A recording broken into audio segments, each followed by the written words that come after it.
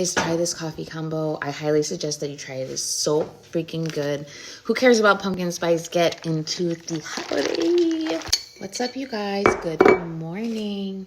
I wanted to make my infamous at-home iced coffee using, of course, this zero sugar Coffee Mate holiday flavor. Yes, I'm so excited. I'm always wishing they come out with the holiday flavors in zero. Anyways, for my sugar option, I'm using organic brown coconut sugar. It's all natural. I love using it, and I use 1 spoon of that, 2 spoons of the cafe bustelo. So now I got my little blender, my water. I fill it up to the second line of the Starbucks cup. Coffee, frothier.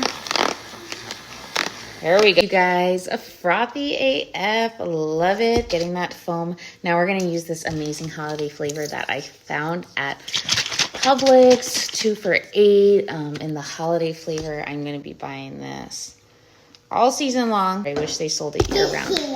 So yeah, you guys, I add that, and then I get this awesome organic half and half from Costco. You know, add to your liking. This is about the color that I like my coffee.